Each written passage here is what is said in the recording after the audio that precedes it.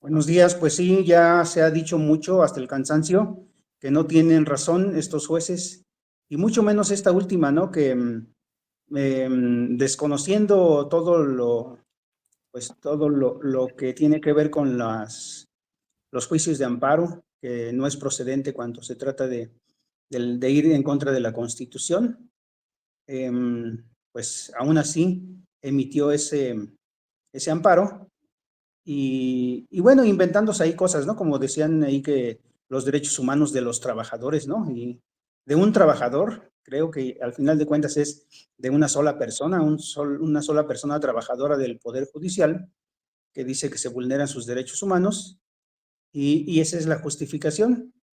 Y todavía más paradójico que ni siquiera, todavía al día de hoy en la conferencia, la presidenta mencionó que todavía no se les ha notificado formalmente.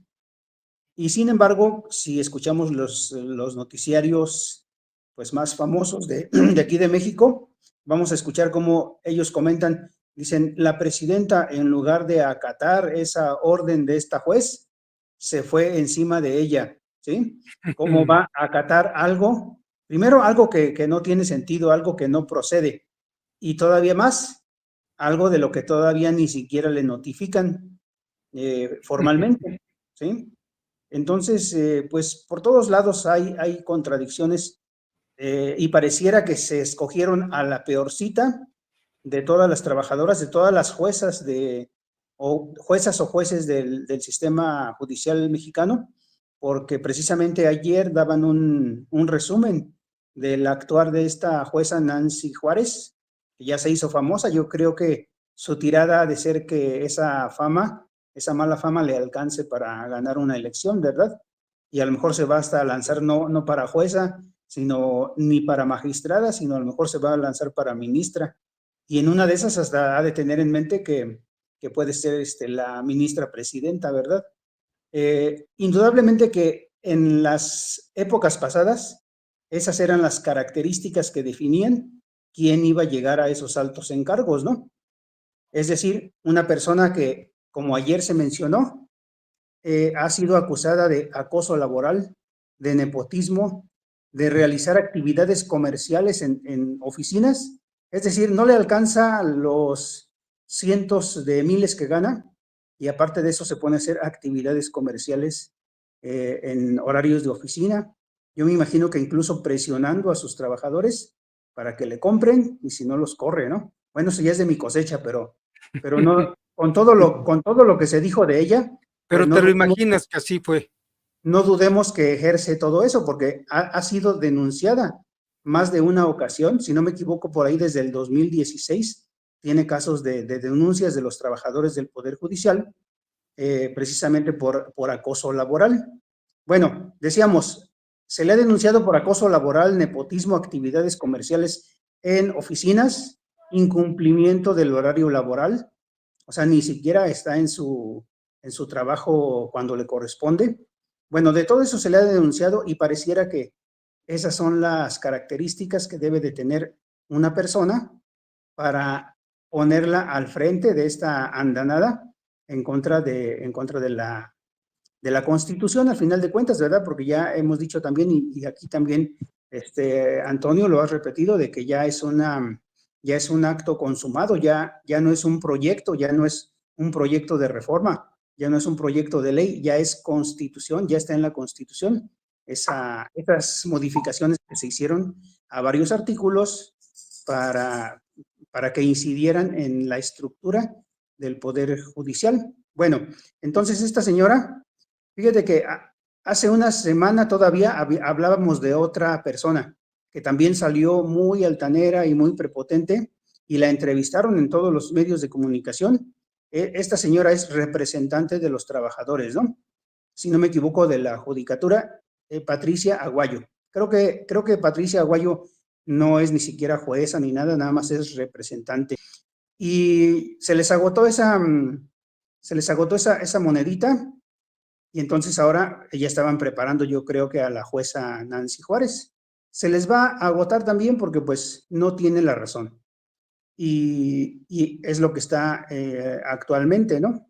Y ayer dieron una serie de números respecto a esta jueza, de todo lo que ha hecho, ya que ya lo mencioné, y también dieron una serie de números del actuar del Poder Judicial. Entonces, daban una, como le dicen luego, una numeralia de las actividades del Poder Judicial, de por qué es tan ineficiente.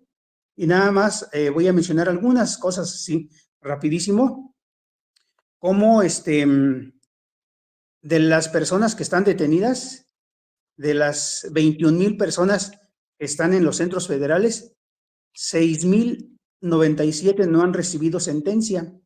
Es decir, de 21,000 personas recluidas en cárceles federales, 6,000 no han recibido sentencia. ¿Qué quiere decir? Que independientemente de si son culpables o inocentes, están allí un gran porcentaje, ¿no?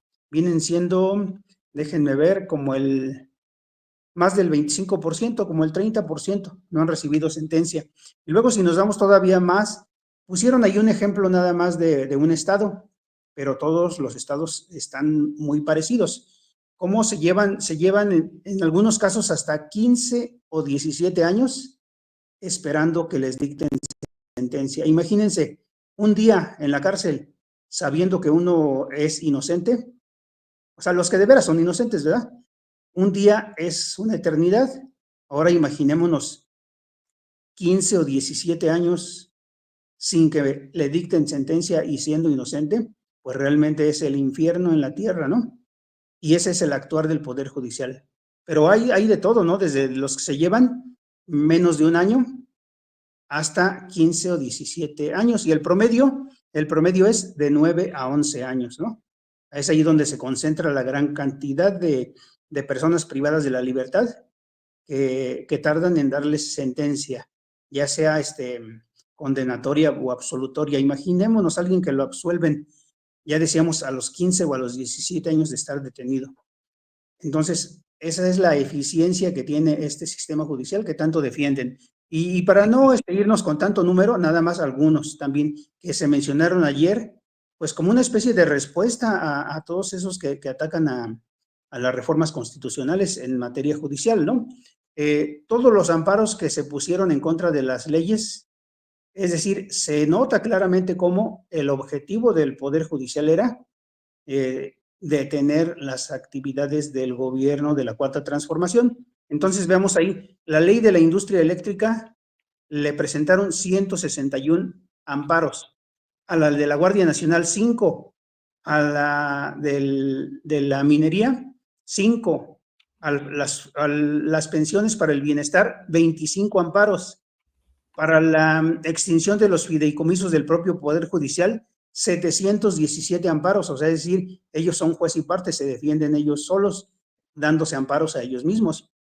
Esta otra que también fue muy mencionada, la de los vapeadores, 240 amparos, y ahí es en donde los jueces, los ministros, perdón, dijeron que era más importante los derechos de las empresas que hacen estos vapeadores que la salud de toda la población, ¿sí?